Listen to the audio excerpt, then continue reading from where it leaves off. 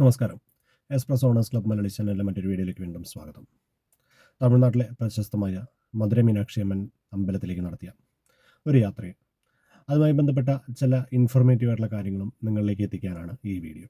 അല്പം length കൂടുതലാണെങ്കിലും skip ചെയ്യാതെ കണ്ട് കാണുവാൻ അഭ്യർത്ഥിക്കുന്നു. വീഡിയോയിലേക്ക് കിടക്കാം.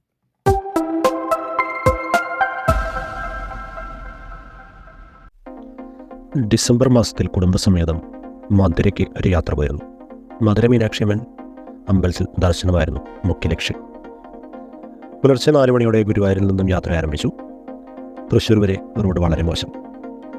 2 വർഷത്തോളമായി പൊട്ടിത്തകർന്ന് കിടക്കുകയാണ് ഗുരുവായൂർ മുതൽ തൃശ്ശൂർ വരെയുള്ള റോഡില്ല എന്ന് തന്നെ പറയേണ്ട അവസ്ഥ. അങ്ങിങ്ങായി കോൺക്രീറ്റ് ചെയ്യുന്ന ജോലികൾ രാത്രിയും നടന്നുകൊണ്ടിരിക്കുന്നുണ്ട്. ഇലക്ഷൻ മുന്നേ തീരുമെന്ന് പ്രതീക്ഷിക്കാം.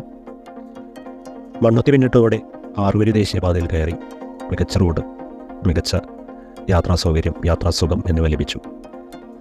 കുറച്ച് സമയത്തിന് ശേഷം കുതിരാന്തരംഗത്തിലൂടെ ഉള്ളിലൂടെ കടന്ന് പന്നിയങ്കരയിൽ ടോൾ നൽകി പാലക്കാട് ലക്ഷ്യമാക്കി കുതിച്ചു.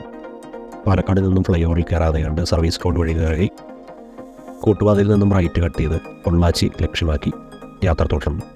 കൂട്ടുപാതയിൽ നിന്നും സംസ്ഥാന പാതയാണ്, ദേശീയപാതയല്ല. എങ്കിലും റോഡ് നിലവാരം മോശമില്ല. അതിലൂടെ പോയി തമിഴ്നാട് ബോർഡർ കടന്നവിടെ വീണ്ടും ദേശീയപാത നിലവാരത്തിലുള്ള റോഡ്. ദേശീയപാതയാണെന്ന് ഉറപ്പില്ല. നടുക്ക് ഡിവൈഡർ എല്ലാമുള്ള മികച്ച റോഡ് തന്നെ. പൊള്ളാച്ചിയും കഴിഞ്ഞ് ഉടുമ്പൽപേട്ടയും കഴിഞ്ഞ് പിന്നിടുമ്പോൾ അങ്ങിങ്ങായി ദേശീയപാതയുടെ പണി നടക്കുന്നുണ്ട്.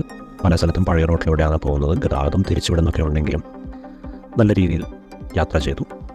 ചെറിയ പുകമഞ്ഞുണ്ട്, എങ്കിലും റോഡിൽ വാഹനങ്ങൾ തീരെയില്ല. സ്പീഡ് ക്യാമറയും ഒന്നുമില്ല. മികച്ച വേഗത തന്നെ നമുക്ക് കൈവരിക്കാൻ സാധിച്ചു. വാഹനത്തിൽ ഞാൻ, ഭാര്യ, 2 കുട്ടികൾ, അച്ഛനമ്മ, അത്യാവശ്യം ലഗേജുമുണ്ട്.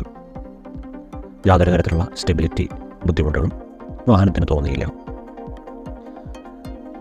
പളനി ബൈപ്പാസ് വഴി പോകാം, പളനിമഴ കാണിച്ചു തരാം എന്നൊക്കെ കുട്ടികളോട് പറഞ്ഞിരുന്നെങ്കിലും പുതിയ ഹൈവേയിലൂടെ പോയി കൊണ്ടിരുന്നപ്പോൾ പളനിമല എവിടെയും കണ്ടില്ല. ഒരുപക്ഷെ മഞ്ഞുള്ളതുകൊണ്ടാവാം.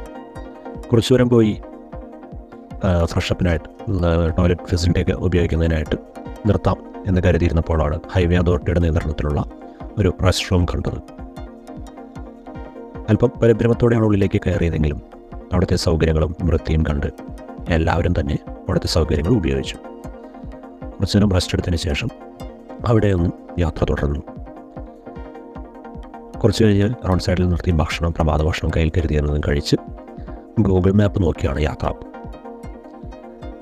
കുറേ ദൂരം പോയിക്കൊണ്ടേയിരുന്നു. നോക്കത്താ ദൂരത്ത് റോഡെന്ന് പറഞ്ഞ് ഇങ്ങനെ കിടക്കുന്നു.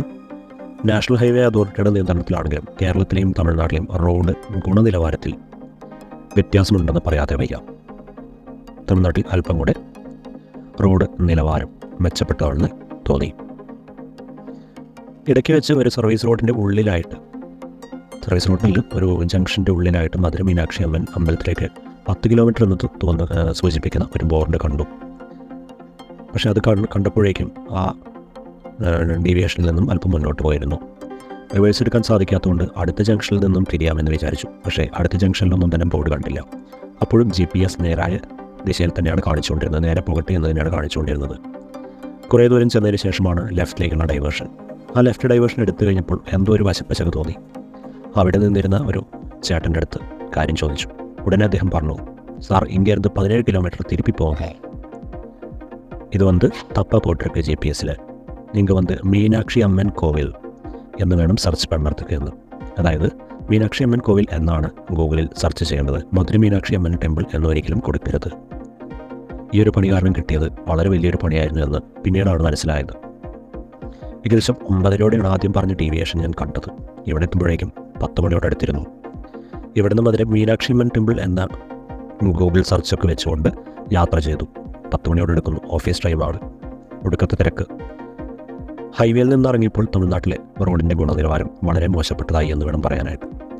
ഇടയ്ക്കിടയ്ക്ക് ഹമ്പുണ്ടാക്കി വെച്ചിട്ടുള്ളത് എക്സ്പ്രസ് വേയുടെ അടിവരെ തട്ടുന്ന അവസ്ഥയിലുള്ള ഹമ്പുകളാണ്. നല്ല ബ്ലോക്കും. ഇതെല്ലാം കഴിഞ്ഞ് മീനാക്ഷി അമ്മൻ അമ്പലത്തിൻ്റെ ഔട്ടർ റിംഗ് റോഡിലെത്തി. വാഹനം പാർക്ക് ചെയ്യാനായിട്ട് ഒരു ബഹുനില പാർക്കിംഗ് സമുച്ചയം പണിതിട്ടുണ്ട്. അവിടേക്ക് പോകാനുള്ള റോഡിന് തീരെ വീതിയില്ല. റോഡിൽ വാഹനങ്ങൾ പാർക്ക് ചെയ്തിരുന്നുകൊണ്ട് ഇഴഞ്ഞ് പോയി അവസാനം അവിടെ എത്തി. 2 നില താഴേക്ക് ഇറങ്ങി വേണം വാഹനം പാർക്ക് ചെയ്യാനായിട്ട്. അവസാനം പാർക്ക് ചെയ്യാനുള്ള സ്ഥലം കണ്ടെത്തി പാർക്ക് ചെയ്തതിന് ശേഷമാണ് അവിടുന്ന് പുറത്തേക്ക് വരാൻ ലിഫ്റ്റ് സൗകര്യങ്ങളൊന്നുമില്ല എന്ന് മനസ്സിലായത്. പ്രായമായ മാതാപിതാക്കൾ ഓടി കയറി ക്ഷീണിച്ചു. ഇതെല്ലാം കഴിഞ്ഞ് അമ്പലത്തിൽ ചെന്നപ്പോൾ ഒടുക്കത്തെ വരിയും. സ്പെഷ്യൽ ദർശനത്തിന് 100 രൂപ ടിക്കറ്റ് എടുത്ത് കയറി വേഗം ഇറങ്ങാമെന്ന് വിചാരിച്ചു. അതും മണ്ടത്തരമായി പോയി എന്ന് പിന്നീടാണ് മനസ്സിലായത്. സൗജന്യ ദർശനമാണെങ്കിൽ ഒരുപക്ഷെ ഇത്രയും തിരക്കില്ലാതെയുണ്ട് തൊഴുതിറങ്ങാമായിരുന്നു. 10:30 അമ്പലത്തിൽ പ്രവേശിച്ച് തിരിച്ചിറങ്ങുമ്പോൾ ഏകദേശം 2 മണിയായി.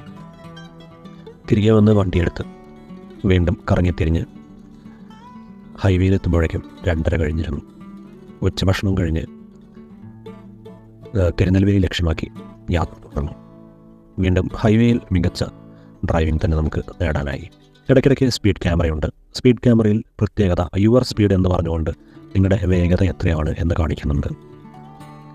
അവിടേക്ക് 100 കിലോമീറ്റർ വരെ കാറുകൾക്ക് വേഗത എടുക്കാമെന്നാണ് ഇൻ്റർനെറ്റിൽ പറഞ്ഞിട്ടുള്ളത്. എങ്കിലും ക്യാമറ കാണുമ്പോൾ 80 താഴത്തേക്ക് കൊണ്ടുവരാനായി ശ്രദ്ധിച്ചിരുന്നു.